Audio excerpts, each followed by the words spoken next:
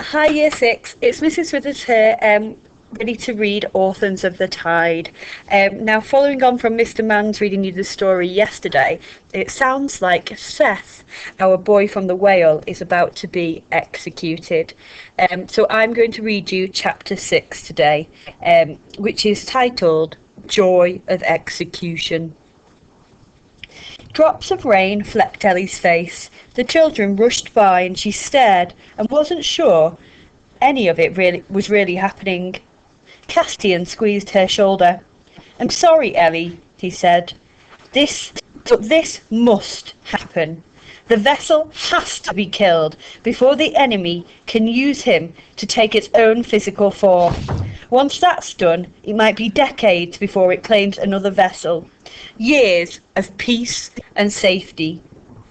"I need to go," Ellie cried, breaking into a run. "Ellie!" Castian yelled. "You don't want to see this!"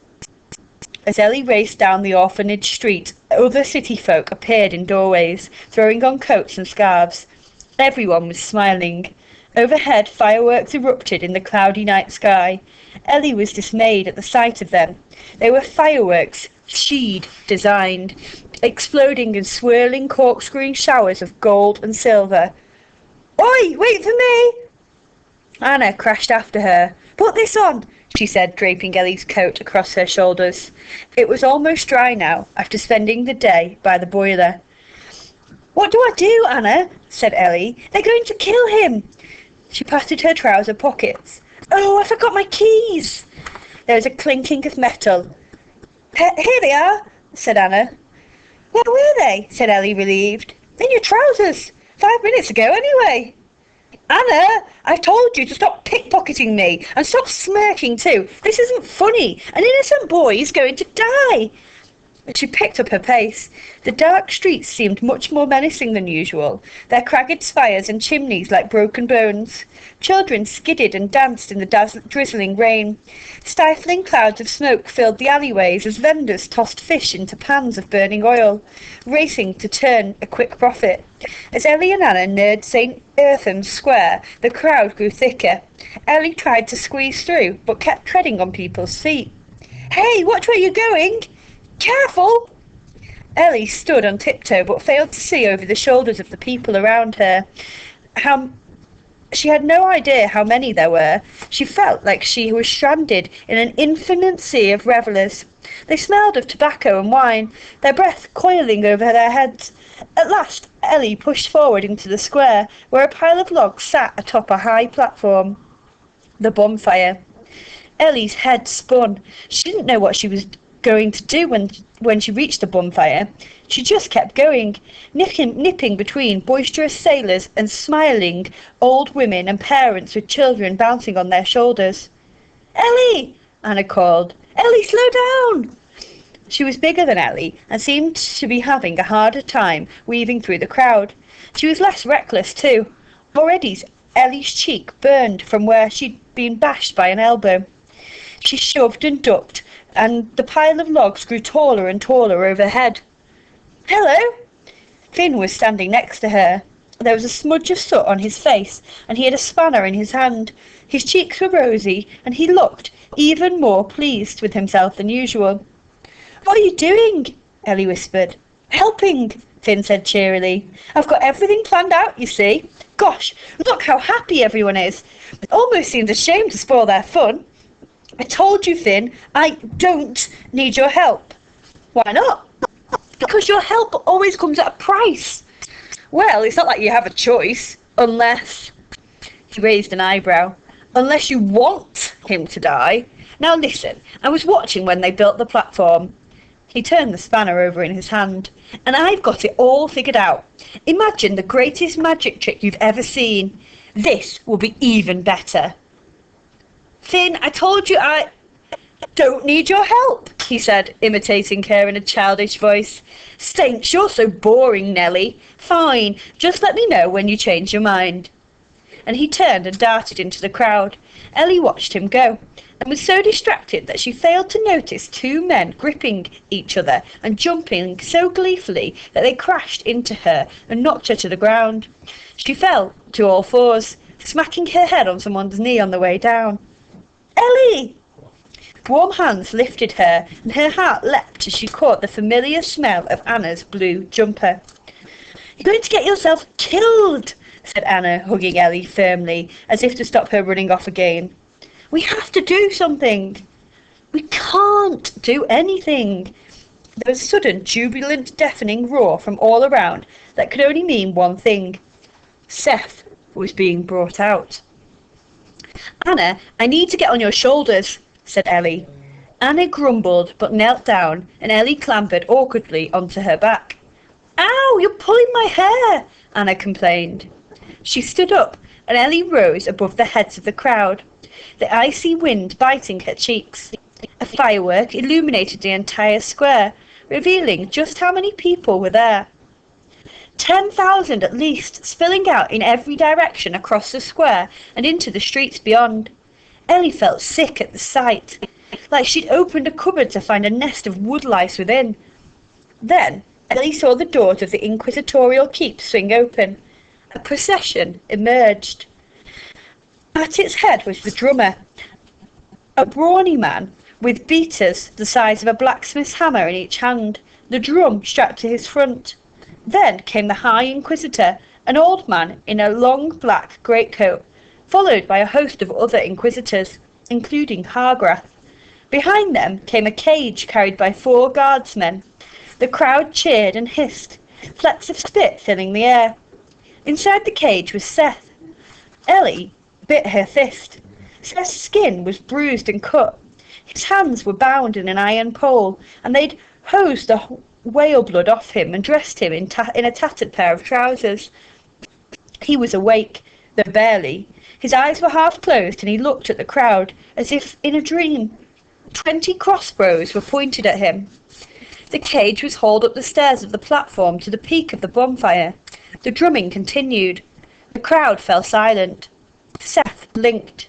He seemed to be waking up, and stood tall inside his cage, arms tensed like a cornered animal. In the glow of the torchlight, Ellie saw tears flowing freely down his cheeks. He must have realised he was surrounded by mad men. He must have realised he was alone. He lurched forward, baring his teeth, and hundreds of people in the crowd screamed. Hargraff calmly pulled his dart pistol from his pocket. He fired, and Seth grunted. His head drooped, and the crowd sighed in relief. The High Inquisitor climbed the platform to stand at the base of the bonfire. He was so old that his skin was stretched like a mask across his skull. He paused for breath and then spoke in a rasping voice that echoed round the square. "In the name of 26 saints and their most holy Inquisition, I pronounce you the vessel, corrupt and diabolical host of the great enemy of humankind, and sentence you to die." Ellie hugged her stomach, her fingers trembling. A desperate impulse crept in, her thoughts flashing like lightning. She wanted to rid her of this feeling. She looked around and found Finn quickly, easily recognisable by his shining golden hair. He was hanging from the statue of an angel at the edge of the square. He was looking right at her. Ellie toyed with the hole in her coat sleeve, nervously pushing her thumb through it. She took a deep breath, burying her lingering doubts. Then she nodded. Finn grinned, leaping down from the statue and skipping into the crowd. Ellie waited, counting the moments in painful heartbeats, but nothing happened. One guardsman stepped towards the bonfire with a burning torch, holding it to the kindling at the bonfire's edge. It caught, and the orange sparks of fire danced up the wood, sending off wisps of curling smoke. Ellie dug her nails into her palms. The crowd held their breath in anticipation. There was a hiss and a ripple of bangs like cannon shots. Fireworks streaked upward round Seth's cage, spurting showers of sparks into the crowd with a sound like rushing water. The noise became deafening, the thundering blaze so bright it appeared as a single column of blinding light, like a star being born in the centre of the crowd. Ellie couldn't see Seth's cage through all the light. Somehow, Finn had managed to slip fireworks inside the bonfire. A young man barged past Anna as he tried to flee, and Ellie was forced to slide off her shoulders before they both fell. Without warning, the light vanished all at once, leaving a thick blanket of smoke that rolled out into the crowd, filling the square with coughs and panicked cries. "Secure the cage!" roared Hargraff, somewhere close by. Ellie tried to waft away the smoke around her eyes watering. Please let him go, be gone." "Watch out," someone cried. The fireworks had set the logs alight, and now the flames were spreading. Hargraff leapt up one side of the bonfire, climbing to its peak.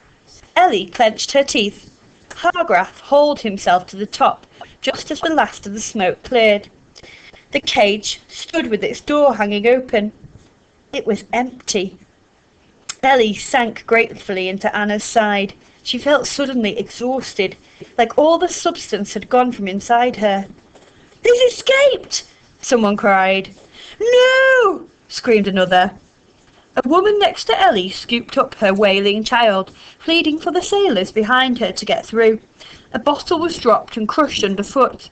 There were shouts and screams as the crowd was seized by panic, lurching like a herd of startled sheep. Anna huddled close to Ellie, frightened by the change in the crowd. Ellie grabbed her hand and gripped it tightly. "It's okay," she said, summoning the strength to move. "We'll be okay. Come on, let's go." All around, children were crying for their parents. An old man tripped and was sucked down beneath the press of bodies. 3 pale inquisitors raced, but without stopping to help. Ellie rushed Anna from the square into an alleyway so narrow that their arms brushed the sides. They squeezed by a preacher, staring vacantly at the bonfire, like a man in a daydream. He dug his hands into the air, and terror poured into his eyes. "The enemy!" he cried. "The enemy walks amongst us!" From the diary of Claude Hestermeyer. There is some great commotion in the city tonight. I can hear fireworks and shouting. Smoke rises above the rooftops. I have locked myself away in my office for some peace and quiet. I feel compelled to record my experiences of being the vessel. I am a scholar, after all, and this is a unique opportunity to further the learned community's understanding of the enemy. After our first encounter, I was shaken. I have lived my whole life being afraid of the vessel, like any good citizen. But now I am the vessel. I can't see any reason why people should fear me. I am not strong. I'm certainly not the best of health, despite being only 25, and I'm not nearly so clever as I would like to pretend. 2 days after the funeral, I was sitting by the fountain in St. Orphans Square, staring up at the statue of the enemy on top of the inquisitorial keep. Then I realised the actual enemy was sitting right next to me. "So, nobody can see you but me," I said to him. "That's correct," he said. "The enemy looks just like Peter." Reading back over my diary, I see I first described him as cold and distant, but that must have been the shock, because this Peter is just as warm as I remember the real Peter being. We went for a stroll to the burnt-out warrens, where gangs of ragged children were play-fighting in the ruins. I tried to imagine what the warrens might have looked like before the Great Fire, when the enemy set light to a vat of whale oil, stalking through the streets, killing hundreds of people as the fire drove from their homes.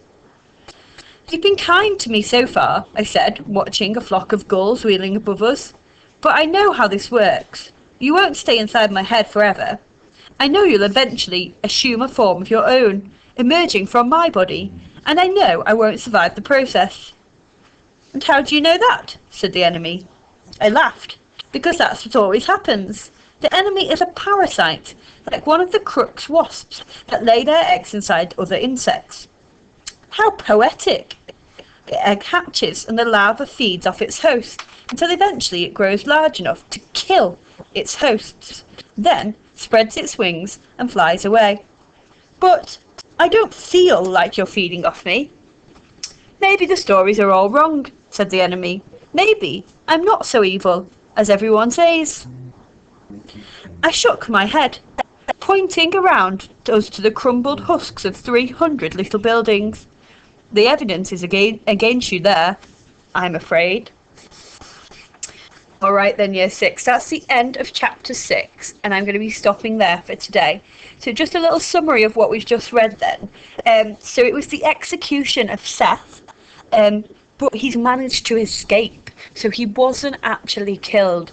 But it sounds like that was just as well. From reading that diary extract of Claude Hestermeyer, it sounds like he is the vessel on that same night that they were trying to execute Seth. Alright, I hope you're enjoying it so far. I know I certainly am. Mr. Mans will be back tomorrow with Chapter 7.